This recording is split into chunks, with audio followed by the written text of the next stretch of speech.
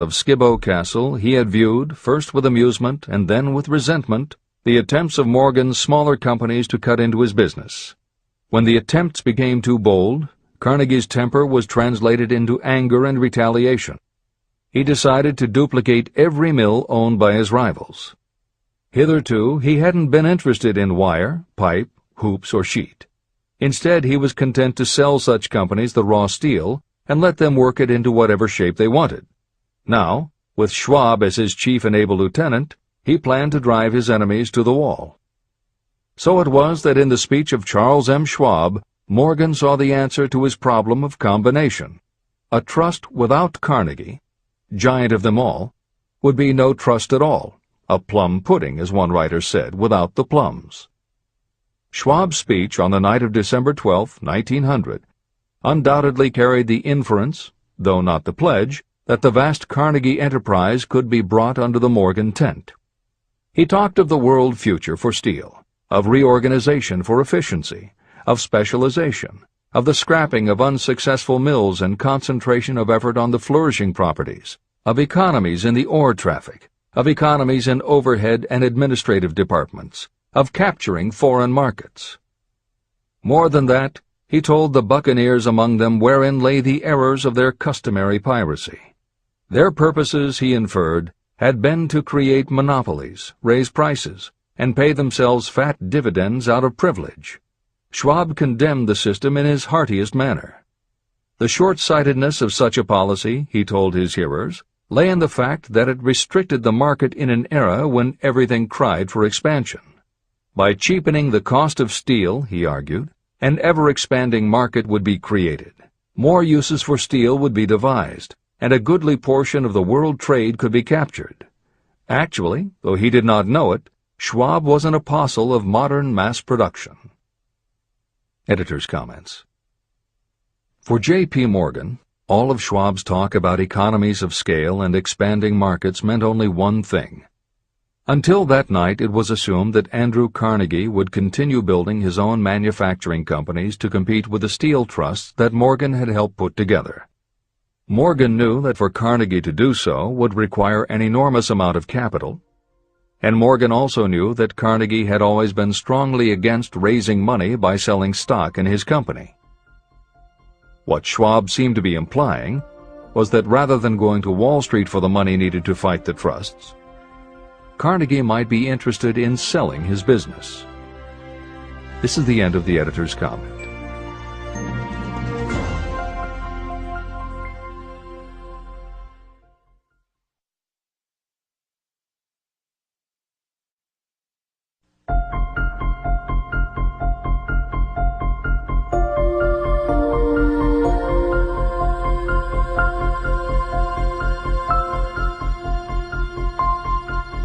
New York World Telegram story continues.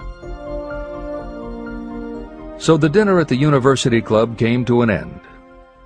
Morgan went home to think about Schwab's rosy predictions.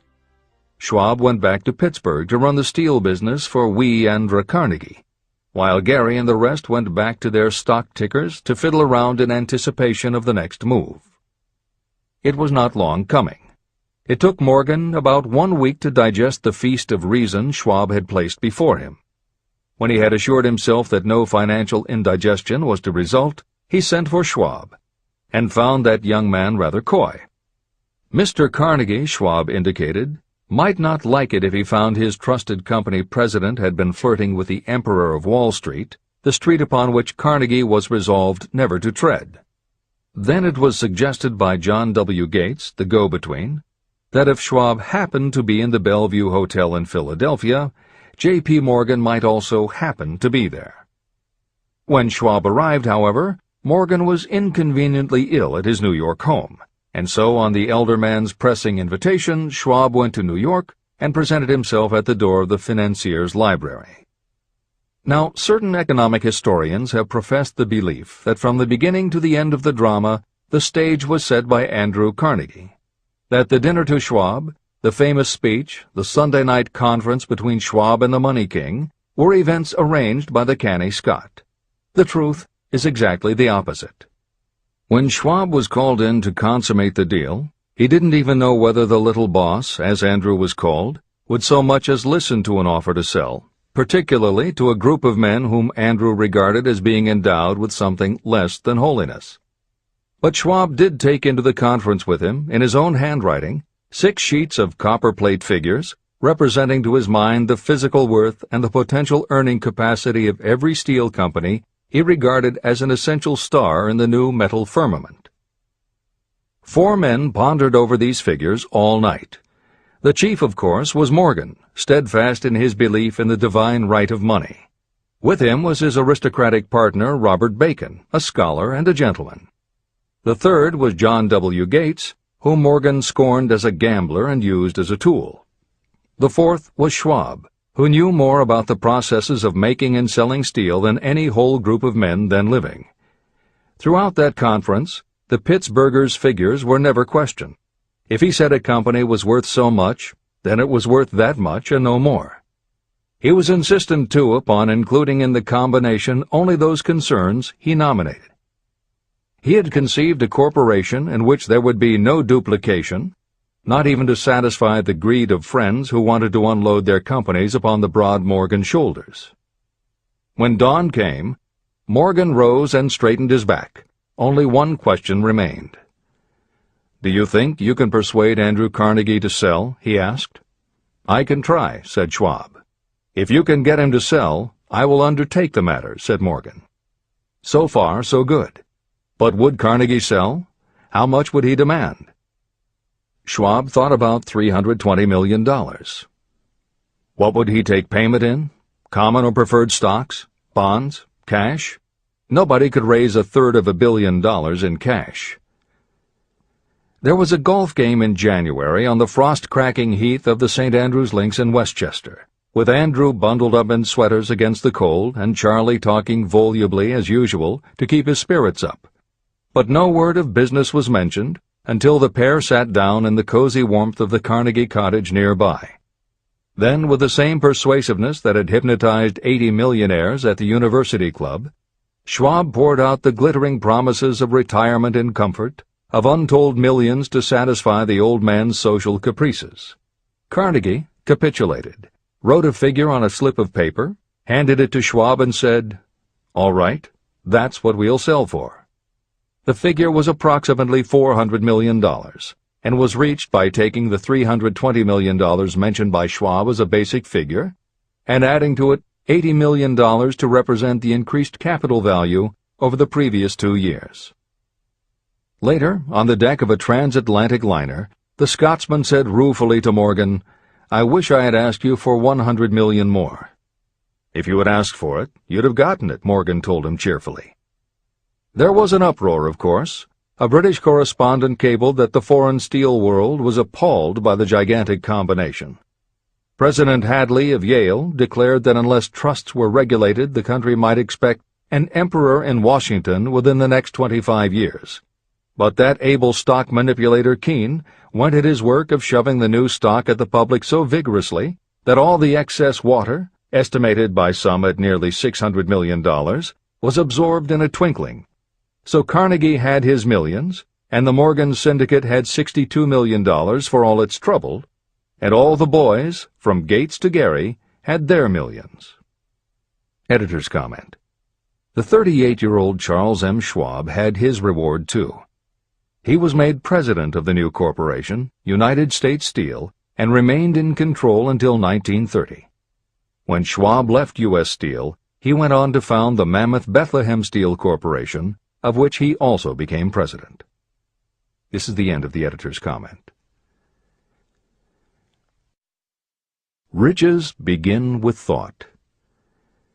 The dramatic story of big business that you've just finished is a perfect illustration of the method by which desire can be transmuted into its physical equivalent. That giant organization was created in the mind of one man. The plan by which the organization was provided with the steel mills that gave it financial stability was created in the mind of the same man. His faith, his desire, his imagination, his persistence were the real ingredients that went into United States Steel. The steel mills and equipment acquired by the corporation, after it had been brought into legal existence, were incidental. However, careful analysis reveals that the appraised value of the properties acquired by the corporation increased in value by an estimated $600 million, approximately $12 billion today. The increase in value of the assets is attributable to the mere transaction that consolidated them under one management. In other words, Charles M. Schwab's idea, plus the faith with which he conveyed it to the minds of J.P. Morgan and the others, was marketed for a profit of approximately $600 million. Not an insignificant sum for a single idea. The United States Steel Corporation prospered and became one of the richest and most powerful corporations in America, employing thousands of people, developing new uses for steel and opening new markets, thus proving that the $600 million in profit that the Schwab idea produced was earned.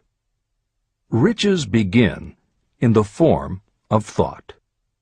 The amount is limited only by the person in whose mind the thought is put into motion.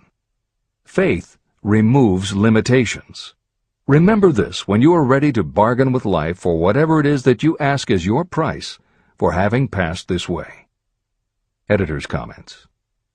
In the years since that article appeared in the New York World Telegram, the well-told business story has become its own genre within the publishing industry. There are best-selling books and biographies by and about the insiders who run every industry. The editors of this edition of Think and Grow Rich strongly encourage you to sample some of these books. They can be entertaining and inspirational, and in them you will be able to see examples of Hill's principles of success at work in the real world. The best of them are not only entertaining and inspirational, but they are filled with ideas and techniques you can adapt and use. There are literally too many bestsellers from which to select a best-of listing for inclusion here. Any such choice the editors might make would not necessarily be the best, but merely reflective of the interests of the person doing the choosing. However, there are two books the editors recommend that are not by or about a single individual or industry.